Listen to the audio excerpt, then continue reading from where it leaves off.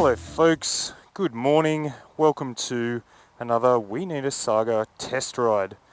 Today I've got my hands on the brand new Kawasaki Ninja 400. I'm pretty interested in this bike because if you're a learner and you're thinking about getting your first machine, the Kawasaki Ninja 2 cylinders, they've been really popular for a long time, and they've always been a bit of a benchmark as well. Like, they've been leading the pack for a long time. But in the last couple of years, you've had like the R3 and the KTM RC390 shake up the segment a little bit.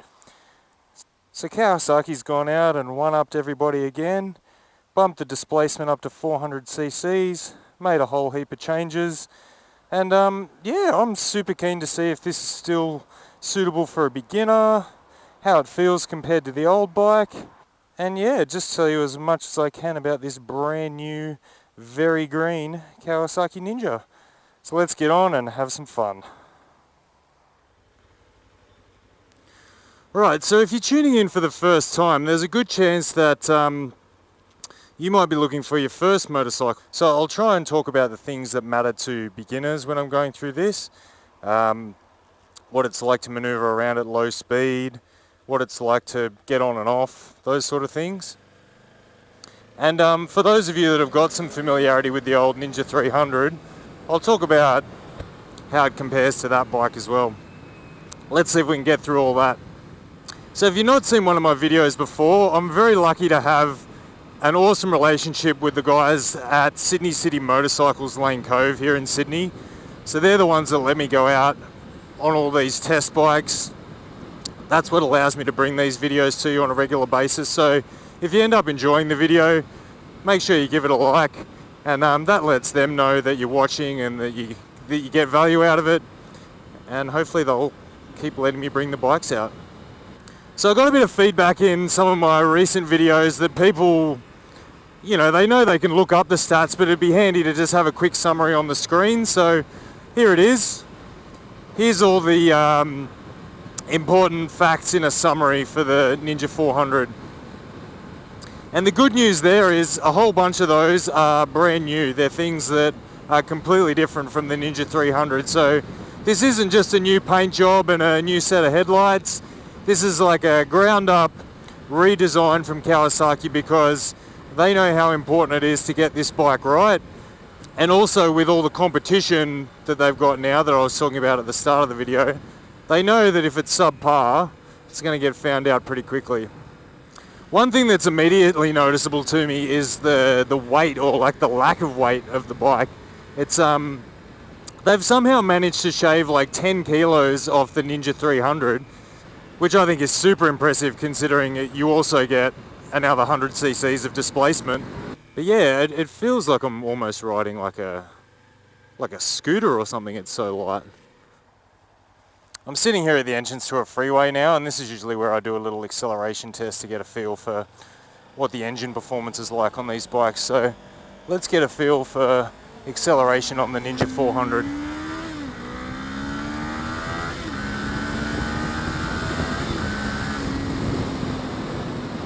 Yeah, nice. It's definitely got a similar character to the Ninja 300 in the sense that you notice a step up in performance once you get above 7,000 or 8,000 RPM. So it's still the revvy engine that you know and love from the Ninja 300, but that extra displacement definitely helps as well. Like you notice the shove come on earlier. Like the Ninja 300 was all top end, whereas now you've got, a little bit of mid-range and then a fair bit of top end still. I did the usual thing as well, where I stop and take a nice sound recording of the exhaust before I get going.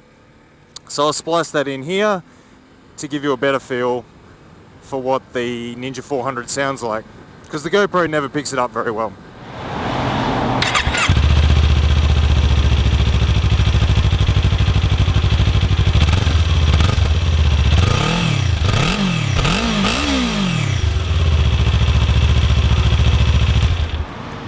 So there it is, that familiar twin cylinder burble. I'm sure it'd sound super nice if you open it up with a slip-on exhaust or something.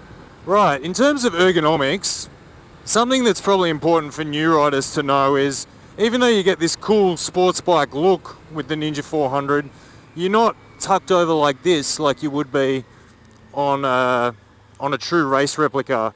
They deliberately make these bikes more ergonomic because they want newer riders to feel confident on them. So your foot pegs are lower, which gives you more leg room.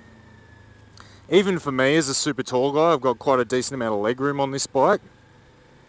And the other thing they do, which you can probably see here, is rather than have the handlebars come down very low like this to encourage that tilted forward position, they raise the handlebars up and they bring them towards you a bit, which means that I'm actually sitting pretty much upright when I ride this bike. So you can tuck in like this if you want to when you're out riding the twisty roads and stuff, but it's not uncomfortable to cruise around town on. So when you're not hitting the twisty roads, you can just sit back like I am now and ride it for hours without getting too tired. Another important thing for new riders is the seat height. And you saw me chuck that up in the stats at the beginning. The good news with the Ninja is they've actually managed to keep the seat height of the Ninja 300, but with a thicker seat. So it's comfy. I can definitely confirm that. It's a comfy seat, but it's also very manageable. Even really short riders, I think, are going to be fine to flat foot the bike, and that's going to give you that confidence when you're moving it around the car park at low speed before you really get moving. It's going to help with all of that.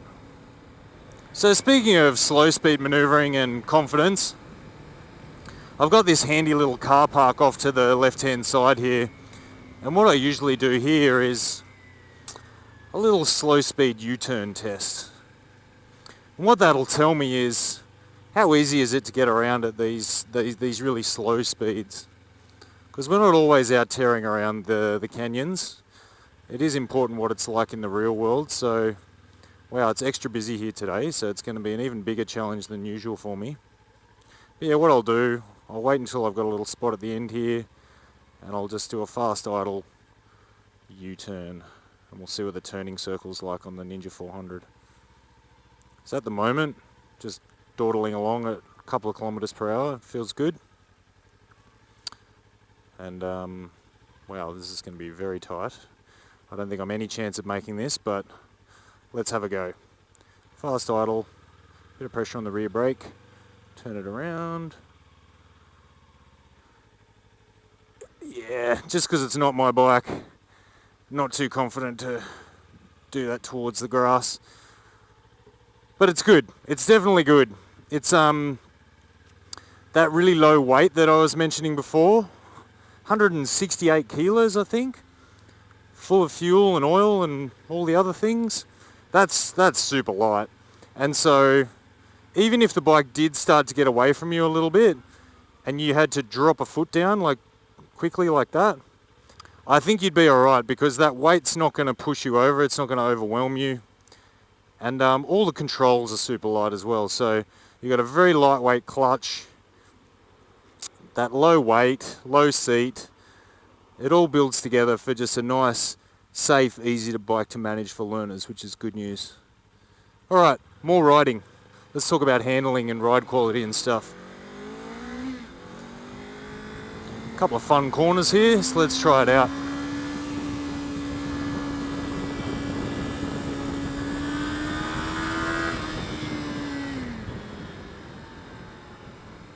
Oh, so light, so light.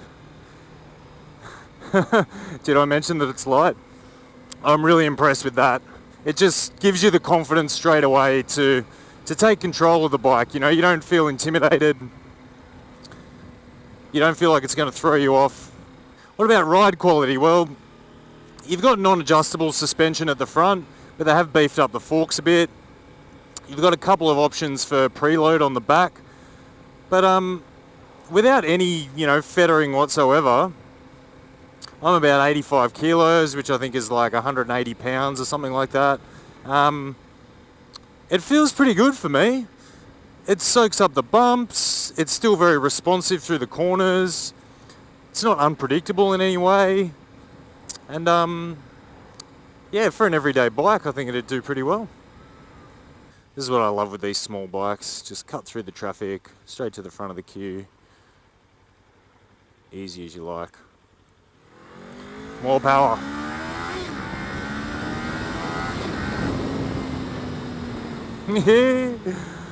It's definitely a perky little engine. Like I said before, it needs to be revved, but you get rewarded for those revs, that's for sure. Feels pretty fun up top. Another thing I really like about the 400 here, they've updated the dash. Looks nice and modern, you know, it's still analog dials and stuff, but nice and modern. You've got a big prominent gear position indicator, which I'm a big fan of on learner legal bikes, because it's just one less thing for a learner to think about. They can quickly reference it if they need to. So that's a cool feature. All the switch gear, typical Japanese, functional, minimalist, good build quality, so not a lot to say there. But yeah, all in all, fit and finish is nice. It feels like a quality bike. So I've seen a few comments now, you know, it started as a 250, went up to 300, now it's a 400. Is it starting to get a bit beyond being a first bike? And my answer to that would be no. I think this is still perfectly fine as a first bike. If you were to jump on this straight after your test, I think you would still feel confident enough to get out and enjoy it. Like I was saying, you've got the relaxed ergonomics, the power plant's not intimidating, the low weight. All of these things are going to help with just building your confidence straight away. But I think the benefit of this 400 is it's going to appeal to riders for longer. So one of the complaints about the Ninja 250 in particular was after like 3 months, you're really dying for more power. And so then you're like, oh, do I get a 500? Do I get a 650? And it just didn't have that lasting potential, especially if you were doing highway miles, that sort of stuff. My brother, for example, he's got a Ninja 250, and I know it frustrates him when we go riding because he'll spend, you know, literally 5 minutes straight at wide open throttle because the bike, you know, the bike's at 8 or 10,000 RPM and it's topping out, just sort of keeping up with us on the highway. So that gets old pretty quickly. And so the good thing about this 400 is you've got much longer legs. Much more potential for growing into the bike as your experience grows as well. So like I was saying at the top of the video, I think it's really good that Kawasaki hasn't just given this a paint job and a couple of cosmetic changes and rolled out a new bike. They have really addressed everything and kind of incrementally improved everything about this bike from front to back. And given how many high quality bikes there are in this segment now, I think that's a really smart move by Kawasaki, because they're not taking the Ninja 300 for granted. They've really moved the game forward, and now I think again it's back on level pegging with, you know, the Yamaha R3 and the KTM RC 390, which were maybe, you know, sneaking ahead of the Ninja 300 a bit. Ninja 250? What about things that I don't love about the Ninja 400? There are a couple. The first one is where the handlebars are. I mentioned before that they're nice and high and they're nice and close to you, which is definitely good for commuting, town riding and stuff. But it does feel a little bit cramped, and I know that when you get out in the twisties and you start leaning around on the bike a little bit, it's gonna feel cramped, and it's not really optimized for sporty riding. But you know, that's fixable. You can always lower the clip-ons a little bit with an aftermarket solution if you want. Another thing I'm noticing, the exhaust is really close to the right foot peg. So I've got decently large feet, and if I want to get on the balls of my feet, I do kind of bang against the side of the exhaust a little bit, which again just kind of compromises your sporty riding position a little bit. So that's something that That one's going to be a little bit harder to fix, so a little bit of an issue there. But again, not a deal breaker, I wouldn't think.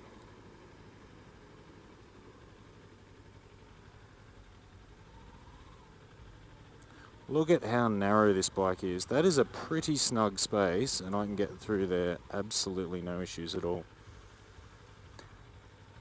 Anyway, as is always the case, these reviews just fly by, and I feel like I don't even have enough time to talk about everything I want to say, but that's a quick rundown of the Ninja 400. Short summary, I'm really impressed. It's definitely not a lick of paint and a bigger engine. This is a top to bottom improvement over the Ninja 300.